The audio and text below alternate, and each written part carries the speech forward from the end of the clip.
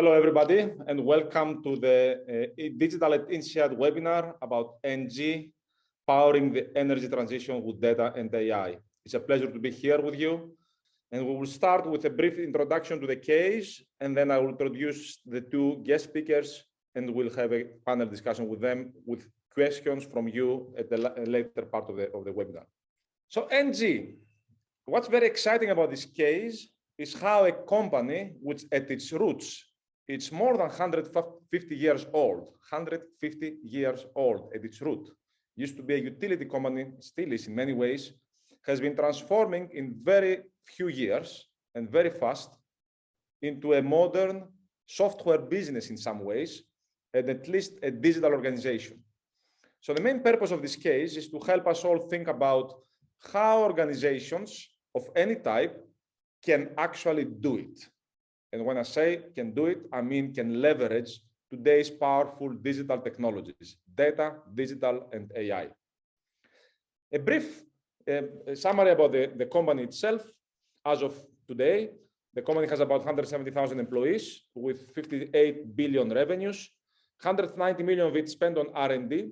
The revenues are global, as you can see. A big part of it is in France, of course, but also North America, rest of Europe, Middle East, Latin America, and Asia. Actually, Asia is even bigger.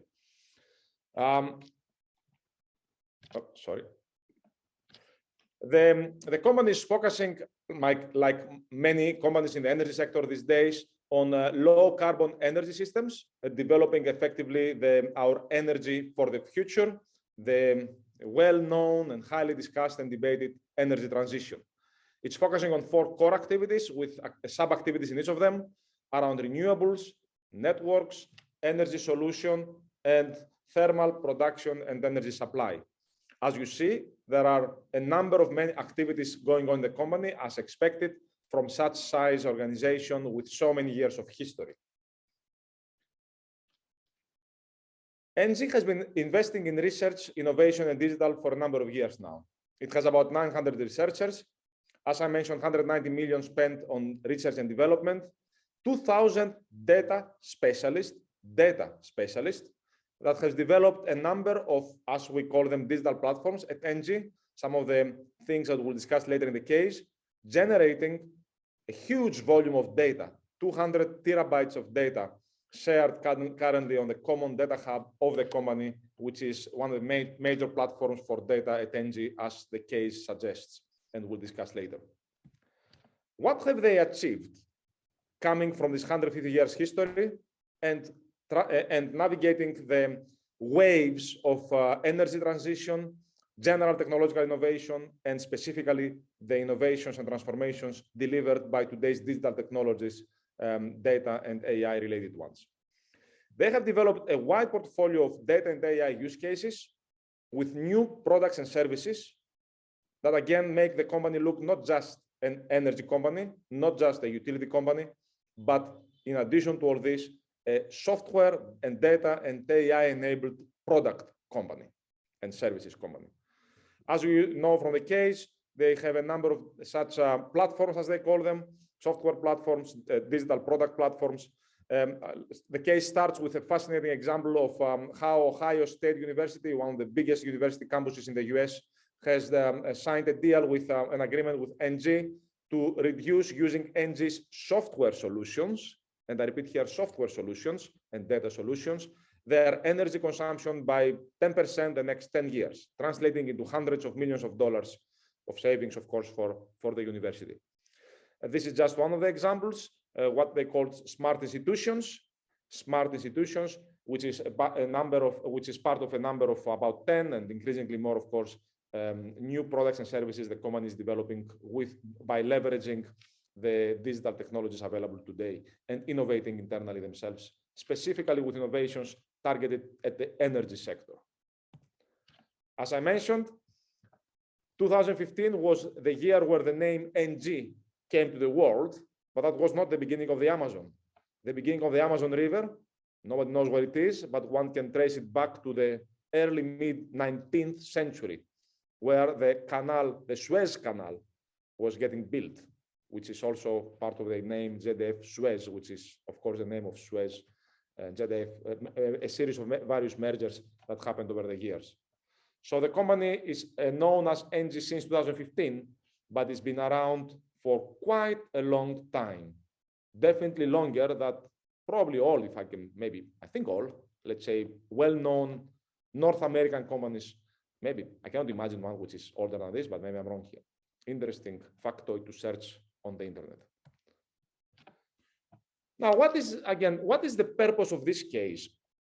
The purpose of this case, and I will just set up the scene and then we'll proceed with the discussion and questions, is to understand how this company has developed its digital maturity and how their journey has been. Now, I'll just use a few quotes from the case, which, again, it's available, as you know, publicly upon your registration. You can find it online. It's on anywhere you can find it. You can find it on the INSEAD website. It's a free case for you. Well, a few quotes that indicate, first of all, where they started, because you have to start somewhere. So started by improving existing pain points and developing related use cases in different parts of the company. A little bit like 1,000 flowers blooming in different parts of the company, to develop applications like preventive maintenance and many others. Now, from the beginning, there was always a trade-off between speed and organizational transformation. Transformation is not really as fast as we know, but developing some solutions, for example, for preventive maintenance, can be fast, but at the same time localized. Transformation, of course, requires that something which is local or 1,000 flowers blooming around the organization are eventually rationalized, potentially with standardization tools and standardized processes and software practices and systems. In the last quote of this slide, we see a major transition that has been discussed in the case from a so-called software projects, data projects mind frame to a software and data products mind frame. Very different worlds, from projects to products, from something that does not necessarily have an end to something that has an end and a P&L, and for which a customer is paying, and the customer has to be in the loop from the very beginning. There is a lot to learn from the transition from project mindset to product mindset, which is, of course, beyond the specific case of ENGIE. As part of the transition, of course, all data products and, of course, AI requires data. We all say data is the oil of the new economy, the oil of AI. It's an overused quote, but it's true. No data product, no AI. So at the end of the case, just to jump towards the end, and I'll go back to a couple of other points. As we see, ENGIE is at the stage around the year 2019, 2020, where the case ends, of rethinking not their digital and AI strategies and processes, but their data strategies and processes. Because there is, of course, sooner or later a realization that, of course, garbage in, garbage out. And we have to do something about data quality across the organization. As the first quote says, of course, at some point, one realizes and recognizes that one needs to internalize data quality at the platform level, not only at the source of who develops the data, but throughout the whole, if I may use the term, data supply chain of the organization. For those of you interested, I have published an article with exactly this title, Data Supply Chain, in Harvard Business Review about a year ago, if interested to search more on the concept. Of course, to get data right, data come from people, people share the data, own the data, and they have to be aligned with coordinating and collaborating with the data. In many ways, the data supply chains of the organizations cut through the silos of the organizations. Building a data supply chain within an organization actually can be a great way to also transform the organization. And there must be alignment between the people who push the data and the people who use the data. Data governance and governance in general is critical for this. At the end of the case, there was a quote that indicates the difficulties in doing this. Currently, we depend on the willingness of the different business entities to provide data, willingness. We don't have any group level governance of data, but this is about to change, something we'll discuss when we come to the point of discussing what happened since the end of the case. Now, all this, of course, is necessary But more than anything, what's necessary is the transformation happening to an organization as they develop those data supply chains, as they develop the data capabilities, as they learn about AI throughout the organization, initially through a lot of proof of concepts around or pilot projects around the organization, later on through a rationalization of this, taking into account all the risk-taking at different parts of the organization to innovate with these technologies, but also all the resources needed. As I mentioned before, it's a question about speed versus bottom-up transformation. Starting a transformation from the BUs is very slow, and you have to count on the willingness of the people at the beginning. But then you have to drive digitalization from the center. An interesting quote is the middle one. You can find in the case, I intentionally do not mention the names of the protagonists who made these quotes. I'm sure our guests can probably guess. Digital or data has to align with where the power is. Where do you start? Where is the power? It is very hard to progress with the wind against you. If the power is in Brazil, this was the case until now, you better sit down and find a solution with a leader in Brazil.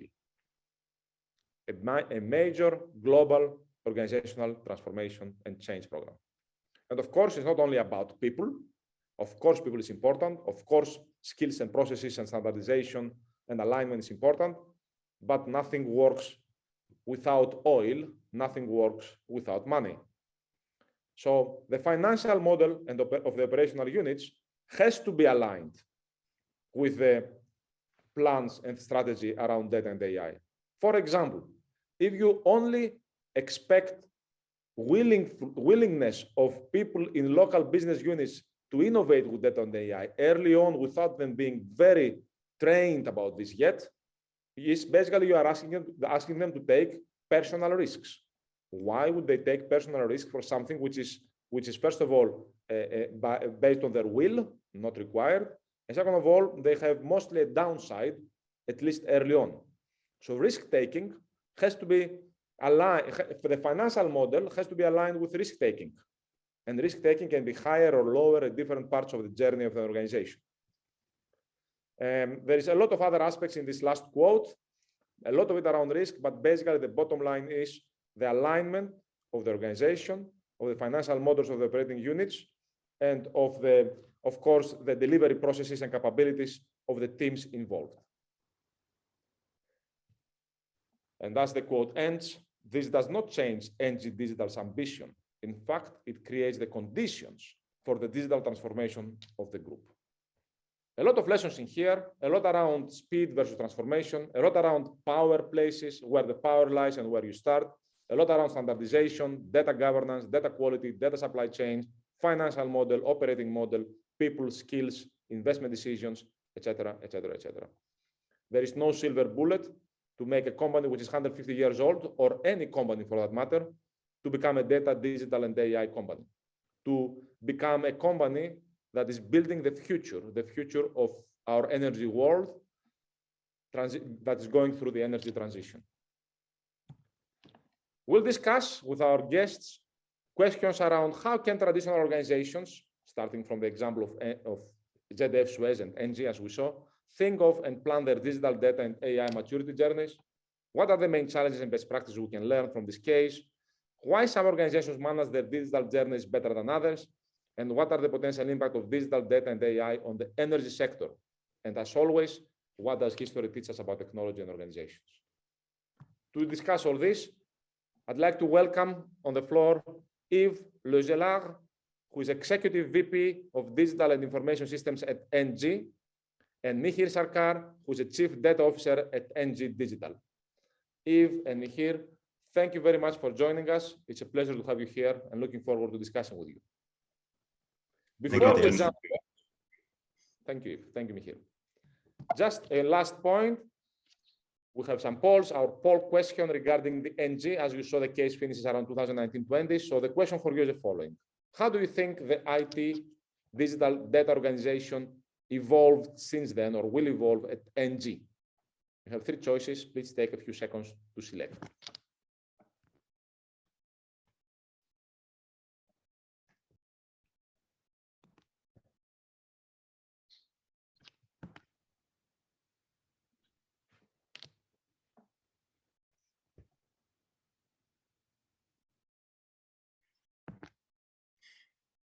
Almost there.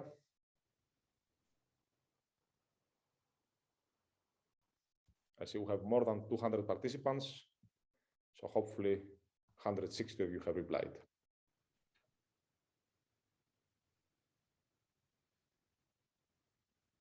Okay, so the answer is, oh, quite split. Nobody knows, it seems. Interesting. Well, we will hear from Yves and Mihir. Thank you very much. I'll stop sharing here. First, I'll close this, then stop sharing. And again, Yves and Mihir, welcome. Thank you for your time. Let me start with you, Yves, who have many years of experience, not just at ENGIE, but of course, throughout your career. And let's start from a general discussion regarding the summary from your point of view of the main points of the case and of the journey of ENGIE. Can you give us your view on what were the main milestones of the ENGIE Digital Survey, touching upon some of the key lessons? Thank you. Okay, well, thanks for having us, Theos, and thanks for the intro, and nice to be with you this afternoon. You sort of rewind the movie. There was indeed a few milestones, a few seasons in this year, right? So season 0 started actually, before 2015. We're a company of engineers, and engineers, they love technology, they love to invent new things, and that's exactly what happened. And when we started to structure our digital transformation approach many years ago, we sort of numbered more than 300, not 1,000 flowers as you mentioned, but we had 300, which was still far too many. And we decided that this needed to be put, a bit into a relative order. And we created a dedicated organization that we decided to call ENGIE Digital, not to be too original. And this particular organization was opened in 2016. And season 1 was around providing to our geographical business units that we had all around the world, 25 units, mostly geographically focused, from Shanghai to Santiago, with whatever the units were short in. What were they short of? They were short of skills, they were short of tools and methods, and they were short of money. So we at ENGIE Digital provided those 3 things, assembling a team of, at the time, with very scarce talents. We assembled the necessary CapEx and investment with what I call the fiscal stimulus. So the fiscal stimulus and the deal with the business unit was simple. If you pick our tools and if you pick our guys, then I'll pick the bill. But you're free to carry on your side. And that was fitting the model of an extremely decentralized company that was ENGIE at the time, where power was very local. After 2 years of that, and we had about 70, 80 projects that really got into season 1 and was starting the digital transformation of the group, moving to season 2. And season 2 was about my boss calling me one day, telling me, Yves, you're slow. Well, that's not good, when you are in charge of that sort of thing, and your boss calls you and say, you're slow. So, and the reason why I was slow was because, I was progressing at the speed of the slowest ship in the convoy. And the business units were, embracing the topic with different speed, different appetite. And therefore, we were progressing collectively at the speed of the slowest ship in the convoy. So we decided to sort of pivot completely and move from a business unit led to an ENGIE Digital led sort of organization, standardizing our 70 or 80 different pieces of software into 10 global platforms that were centrally funded and that were managed by the ENGIE Digital team based on 3 studios, one in Paris, one in Houston, and one in Rio de Janeiro. And that's how we sort of managed to deploy season 2. And then as we moved on, season 3 is about aligning to the new organization that the new CEO put in place a year and a half ago, which is along the lines of 4 global businesses. We sort of moved away from geographically focused business units to global businesses, and each one of the platform is now completely coupled and integrated with each one of those businesses. That has been our journey. Thank you very much, Yves. Great summary. Mihir, I'll pass a similar question to you from where you've been seeing the movie.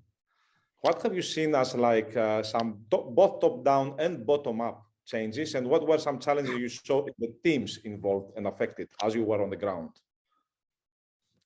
So thank you, Theos, for having us here.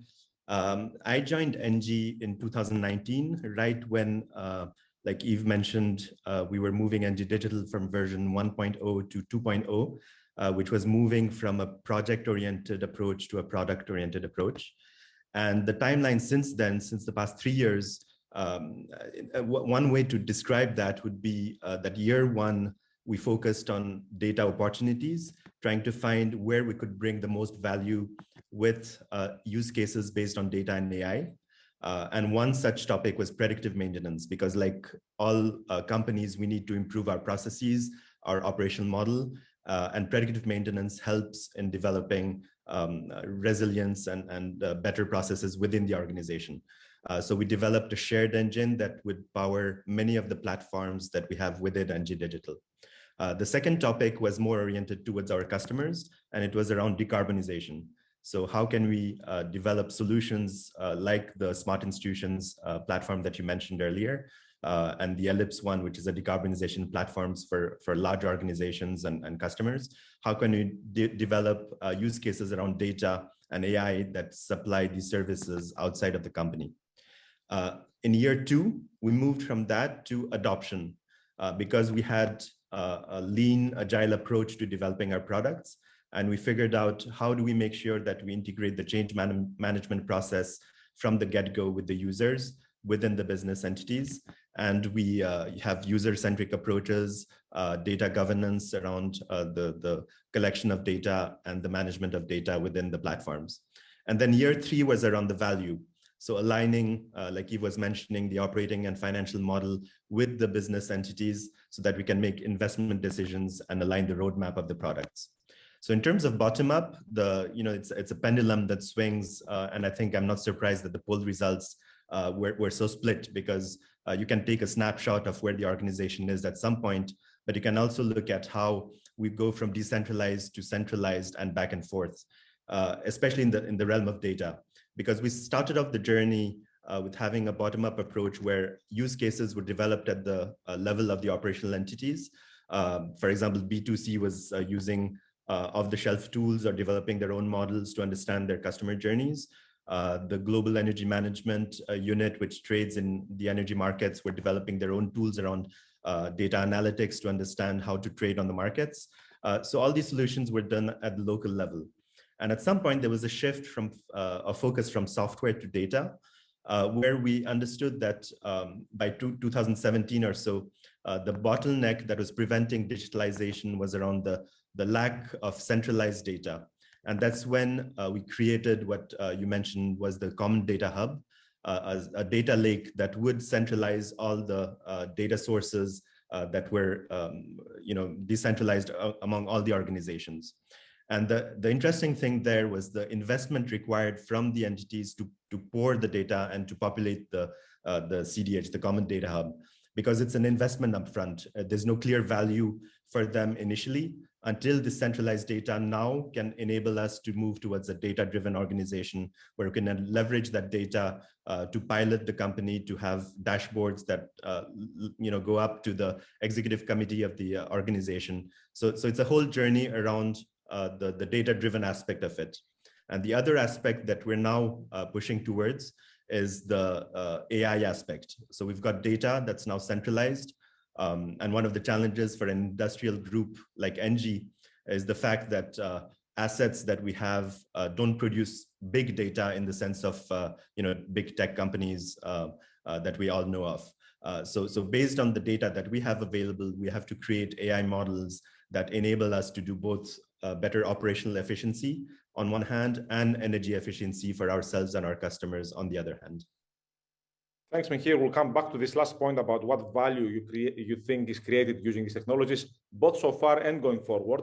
But one thing I forgot to ask you both, or maybe Mihir, since you are there, I can ask you, I guess, is what's eventually the correct answer to the poll we said? What happened, or what has been happening, or what will be happening, or maybe you don't know yet, regarding the 3 data, digital, and IT organizations in ENGIE? So maybe I can pick that up, right? I think we were one of the very first organizations where IT and digital was put under a single head. Happened to be me many years ago. My boss at the time told me that she wanted to outsource the schizophrenia of modernity and legacy into a single brain, and not to have in front of her, the CDO fighting with the CIO. So this is where we started, and this is where we still are, because I think it makes a lot of sense. Where I think the pendulum has been moving is on the ownership of those digital products, those softwares, those 10 software. There were initially no products, there were projects, as Mihir said, that was season 1. Then we moved into something that was very much under my responsibility, digital responsibility. And over the past 18 months, we sort of, given it back to the 4 global businesses. And I must say that it is far easier to manage and to hand over the business responsibility in a global business unit setup than in a geographical business unit setup. And I think for those in the audience to consider what's the best answer, what's the best model, I think it has a lot to do with where the power is, as you pointed out in your quotes. I think if we want to be successful in our digital transformations, we need to align where the power is. If the power is local, then you need to align local, and you have the pluses and the minuses of the local. And if the power is global, well, you'd better change. And that's exactly what happened. So I think the answer is it is now both digital data and IT under a single head. Still, the ownership of the software and the data is now clearly on the business side, and it's very good like this. Thank you, Yves. I'll be happy to take the credit about the quote regarding start where the power is, but I must say that this was your quote. Probably you forgot. Yeah, well, because you said it 3 times. That's great. Great quote. I'll take credit for this. Okay, from now on. So let me step back a few thousand feet before we dive deeper in the case and bring in another parameter that I'm sure is in the heads of everybody, which is the geopolitics of the day, right? We all, the war and all this. But that's just one of the events, of course. And discuss about generally the energy transition, the energy sector. And maybe we'll continue with what you've been saying and focus on like the big trend around what's happening in the energy sector. So what's your vision, or also ENGIE's vision about the sector, and how can it be transformed or improved using data, digital and AI? And to do so, what do we need to put in place to get there so we can all in the audience see where we can possibly go going forward, and then we'll come back and see how we achieve it. What's your vision or ENGIE's vision about the sector? Well, I'll just limit to my own view, and it's only a personal contribution to the debate. I think that up until very recently, energy was not a topic, for, I would say, the individual customer, the individual household. On the front page of your iPhone, there is usually not your energy provider app. Maybe you're an exception, but there are very few people who have this as the energy provider on the front page. I think that what we've seen recently from two angles, one that started many years ago, which is, this climate change urgency that nobody can say for the first time in the history of mankind, not my problem. I think this is getting a huge traction, and it's not that much the energy topic as the decarbonization topic that is getting front and center. And we see this getting huge traction from our customers. You will not be re-elected or elected as the mayor of a big city if you're not serious about providing a decarbonization agenda for your community. You will not be able to hire the new generation of talent as a CEO if you're not serious about the decarbonization and your commitment as an organization to the decarbonization journey. So this is one huge wave that, people don't do it because, they woke up one morning realizing that it was hotter. It's just the sheer business logic that is now being absolutely requiring, demanding that people are serious about the energy topic. And then more recently, for the past 2 months, we've, in particular in Europe, it's less so in the US and in South America, to be honest. But in Europe, this energy topic is the front page of the newspaper. We see crazy prices. We see plans that are being assembled in a rush in many very large geographies. And how is it that we can move away from oil to sun, or oil to wind, or oil to something else? And this is now, the hot topic of the day. And this will lead, and this is where data and digital steps in at every step of the way. This is where everything will start with managing consumption. And in order to manage consumption, you need to realize how much you burn. Where is it that you burn? You need data, not on a once a year basis, but on an hourly or even on a minute sort of a scale. Huge amount of data to be able to manage what is it that you need, how is it that you can shave off peaks, how is it that you can move from one production center that is intermittent to another. And this is the world of software and data.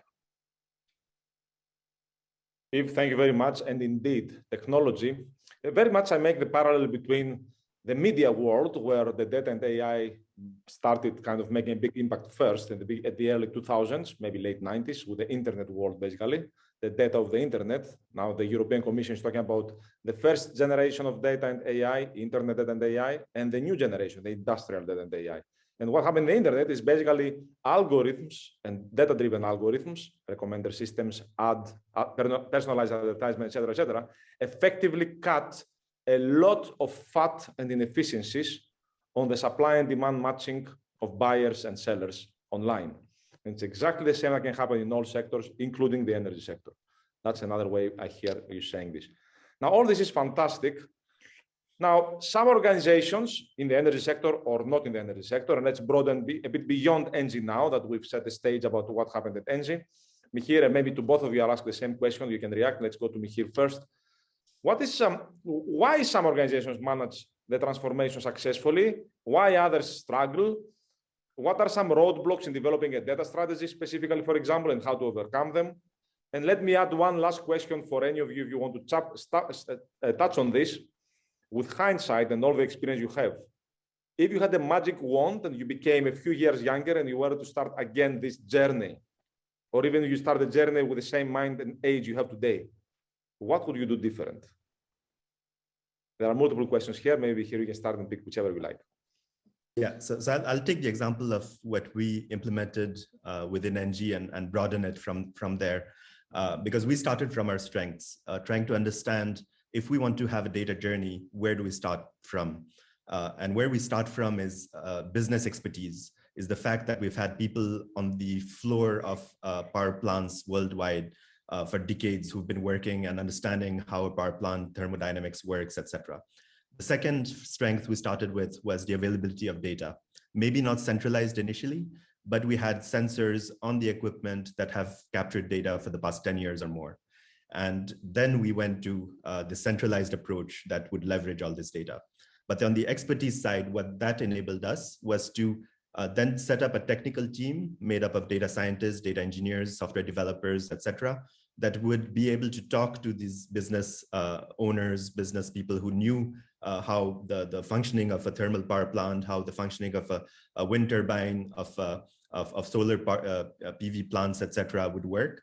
And combining this experience between the technology and the business knowledge was extremely powerful for us, because it enabled us to build custom solutions that we could not find on the market to improve efficiency, to improve prediction of and forecast when we need to do consumption, peak shaving, for example, and things like that.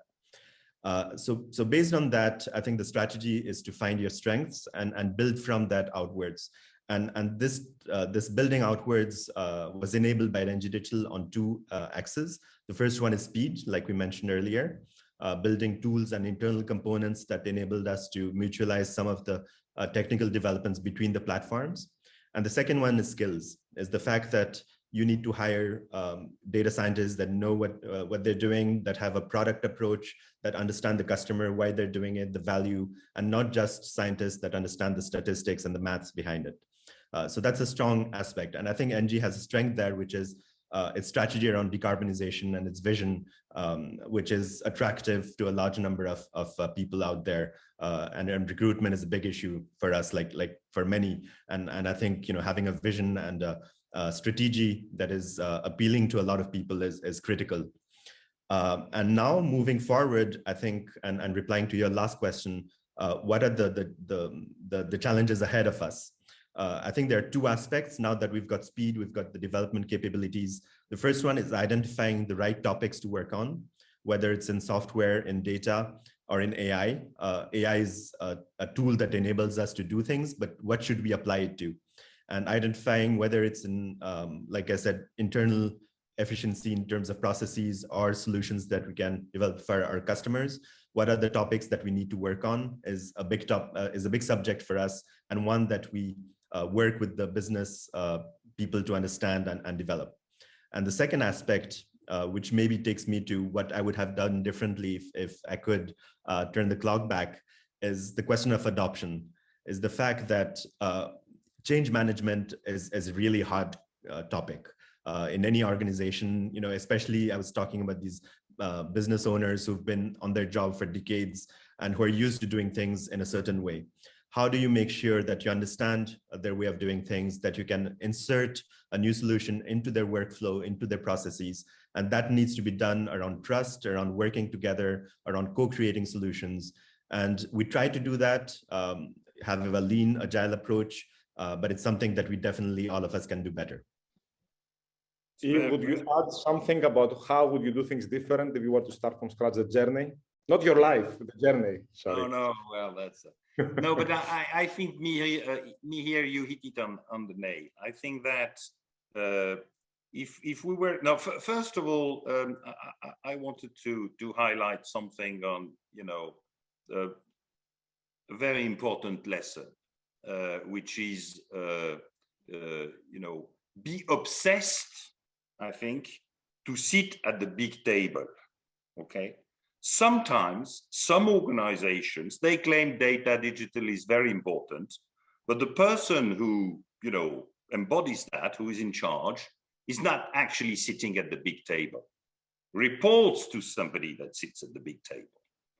Well, I think that the CEO or the chairman who says digital is important, but that keeps it outside of the big table, is not serious about the topic. And I think consistently at ENGIE, we've had a seat at the big table, which is a clear evidence that the topic is taken seriously. Okay.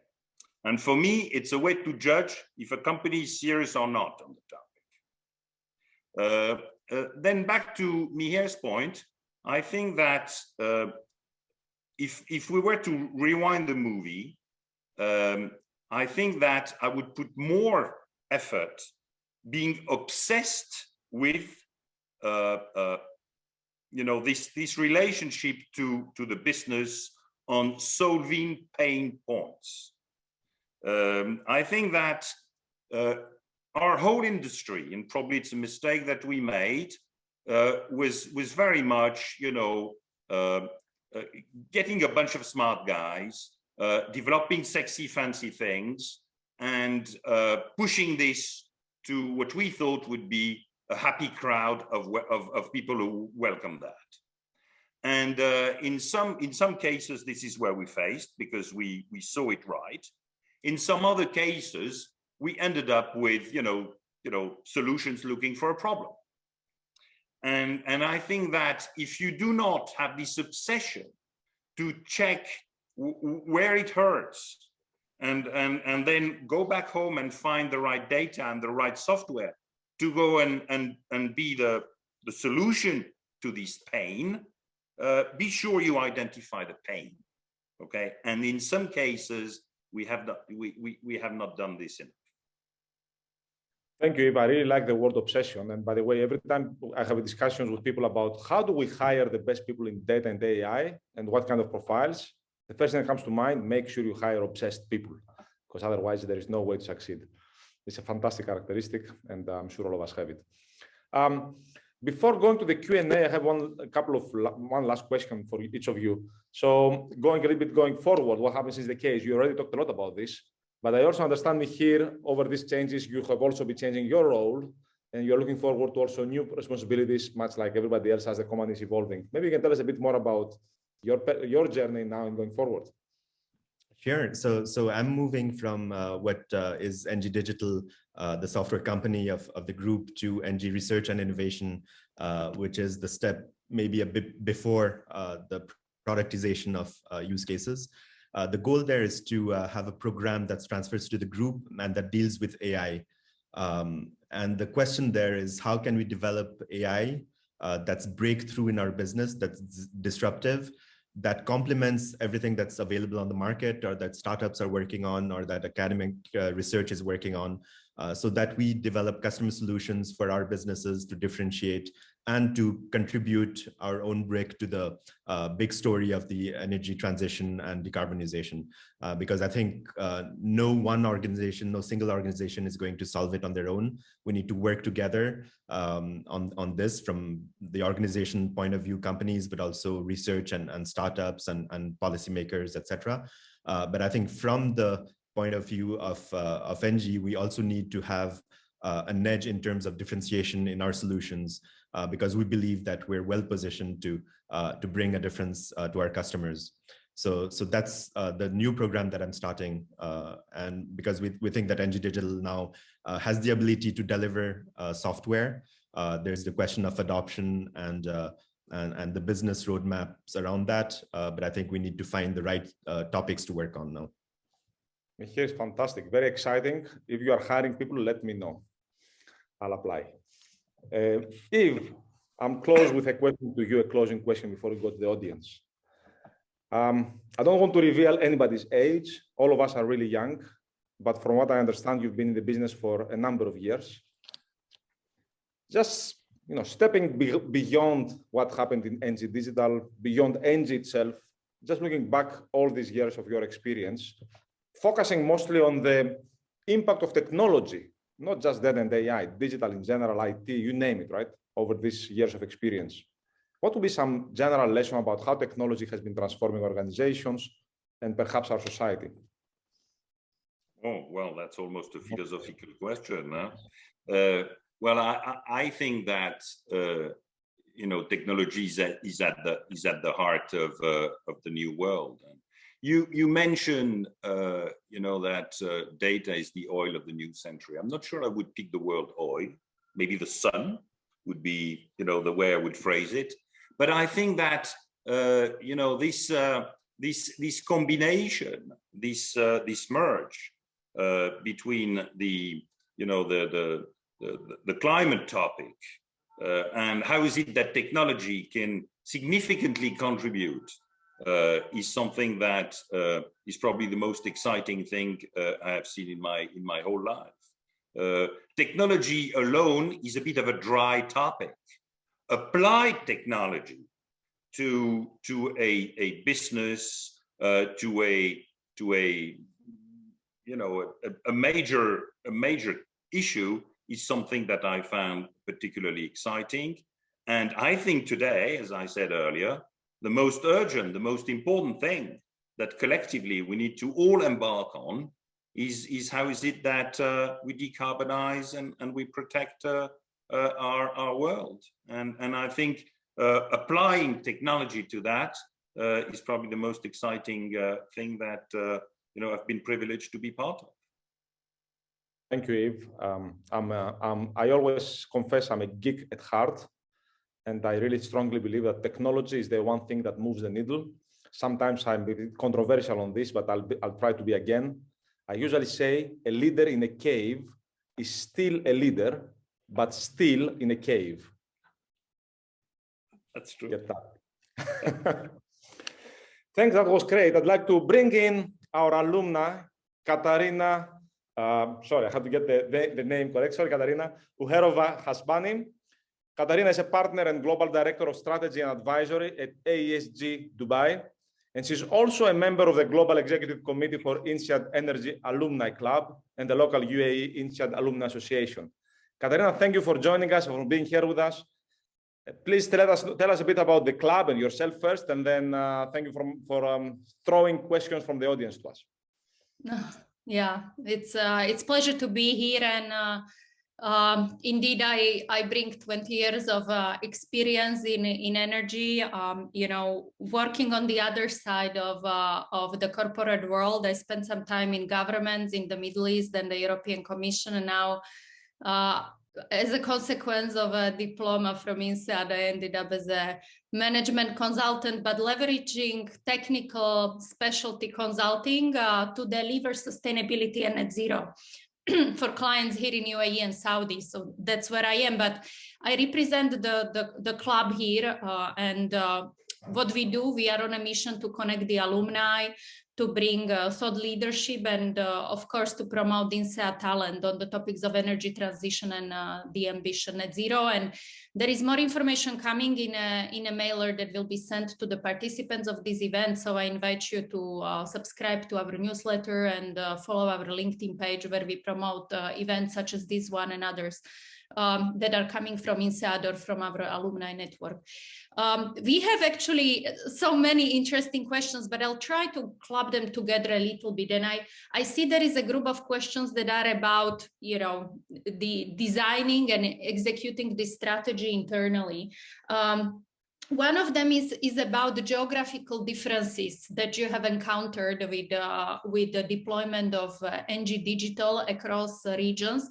There is a specific question that asks about China, and the other side of the story that the questions come from about is about budgets. How did you allocate budgets for deployment of ENGIE Digital, and how did you treat the topic of touching on the local budgets of business units that were dedicated to IT? So maybe I'll start with that. Yves or Mihir, whichever one of you wants to start by answering. Okay, well, I'll start, Katarina. The question of money and capital allocation and how is it that you align with the incentive model of the organization is core to your success. If you just do technology and you do not focus on how is it that the business leaders would be benefiting from whatever you do, whatever you offer, you miss the point. I alluded initially to the fact that in season 1, we had this fiscal stimulus, okay? You're a free business leader in your geography. You're free to pick whatever tool you want, to pick whatever skill you want. But if you pick my tool, the corporate tool, then I'll pick the bill. Well, this has worked tremendously effectively. It's a fantastic way to align. On CapEx allocation, it is a constant discussion with the business unit and the business leaders, now the 4 global business leaders, how much money they are ready to involve. And all this is very much business case justified. Some have a great appetite, some less. But I think that overall, it is by engaging with the business that you assess, wherever you want to go. I was struck by the answer that I had from the CEO at the time, and then the chairman of the board at the time, when I went to ask for a significant amount of capex, the sort of triple-digit sort of capex for the program, and I thought that I would be challenged on the number. Well, I was not. And the conclusion of the conversation was, if it's not enough, come back. So I think today we are very often facing a situation where if you talk to the right level of in the organization and you present a sensible plan, then it's a tick in the box very quickly. At least that was our experience.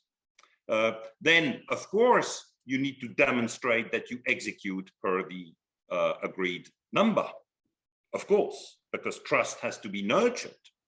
But I think the appetite for digital and data topic at an executive level in large corporation is not an issue today. What about the geographic? Yep. Yeah, just to have an operational view on the cultural differences between countries. There is an example of Brazil that we mentioned earlier. We have at ENGIE a smart city solution that was developed at ENGIE Digital, and that was deployed in Brazil and cities over there. And the interesting thing is that we have an approach that's build or make or buy. We develop a tool. In Brazil, they have a culture of making everything. And they're happy to develop their own solutions using machine learning techniques with their own staff, with their own feeds from cities they work with in terms of data capture, etc. And where the cultural differences and the regulation differences enter into play is the fact that RGPD, for example, is a big topic in terms of what services you can offer between South America and Europe or the rest of the world. So that comes into play in terms of the solutions you can deploy and how you want to build them. Mm-hmm. There are a few questions that are around the technical aspects. Of course, we're talking about digital. There is a question which is quite interesting about the choice of a cloud provider, but also another question which talks about alliances that you had to build as you went about deployment of this digital strategy. Could you tell us a little bit more about that? And I don't know if you can answer also about 5G. If you can combine all this together, that will be great. The question is, what is the potential of 5G in conjunction with your business model? All right. So I think you cannot execute a global digital transformation without an ecosystem. You don't do this with your own teams, okay? So you need to assemble an ecosystem. That's assumption number one.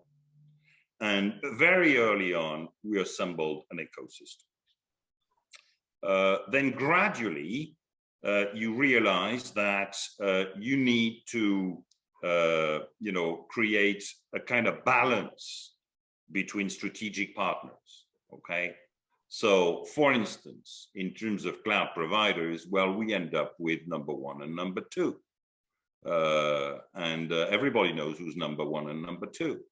Although it was not, a kind of big RFP that we launched worldwide 5 years ago, selecting this, no, it doesn't work like that. And we end up with, in essence, the sort of global market share of these players, because this is where a big group ends up, okay? Then on some topics, if you want to accelerate, you need to take bets. You need to place bet and to take risks, okay? Because if you wait for the big behemoth, then you will be undifferentiated with the solutions you provide. So on that, it's not a science, it's an art. And sometimes I got it right, and sometimes I got it wrong. Because if you pick, you know, the company that is in the Gartner quadrant at the right place in a particular year, well, we all know that in the food chain, 3 years down the road, then maybe the company would have been eaten up by, you know, a bigger fish. So, and you end up with, as always in those cases, a frozen product, because, you know, it's the one fish that has eaten the smaller fish that imposes its product. So I think that it's a combination of and being convinced that there is a need for strategic partners, but there is also a need for differentiation and taking risk from time to time. Thank you, Yves and Katarina. Amazing job covering 25 questions at once. How do you do this? I don't know. I'll have to learn from you. Thank you very much, Katarina, also for being here. We have 2 more minutes left, 3, and I'd like to just leave it for Mihir and Yves for a closing remark, 1 minute each. But before doing that, I see one comment question in the Q&A that I think I need to read, or at least mention, which mentions Yves, and I must add also Mihir. I think you have a unique sense of the formula and of storytelling, and I cannot agree less. Thank you very much. So, last 1 minute, maybe start Mihir, your minute, and then Yves, and then we close. Sure. So maybe just to say that, you know, like we moved from IT to digital, I think we're now moving from data to AI. So it may not be oil, but it's something that we use as raw material to create value. And like you said, Theos, at the beginning, there's no one silver bullet. I think if we talk about energy efficiency, both in consumption and in production or distribution, it's part of a complex equation. So even more so with decentralized production and storage systems. So we need to work as part of an ecosystem in that realm. Good to hear AI is here to stay. Thanks, Mihir. Yves? Yeah, well, I think if you guys want to, you know, contribute to this absolutely essential agenda of decarbonization, and if you want to work for something that's bigger than you, join us at ENGIE. I may take this seriously and come knocking your doors. It's been a pleasure being here with you, Yves and Mihir, and thank you very much, Katarina and Digital at INSEAD. It's been a pleasure to be with everybody here. I hope you enjoyed the webinar. There will be an article coming out based on this webinar plus more, probably in a few weeks. It depends on when we find the time, co-authored by the 3 of us. Please wait for that impatiently. Thank you very much. It's been a pleasure here. Have a nice day, evening, wherever you are. Bye, everybody. Thank you, Theos. Thank you, Theos. Bye-bye. Bye.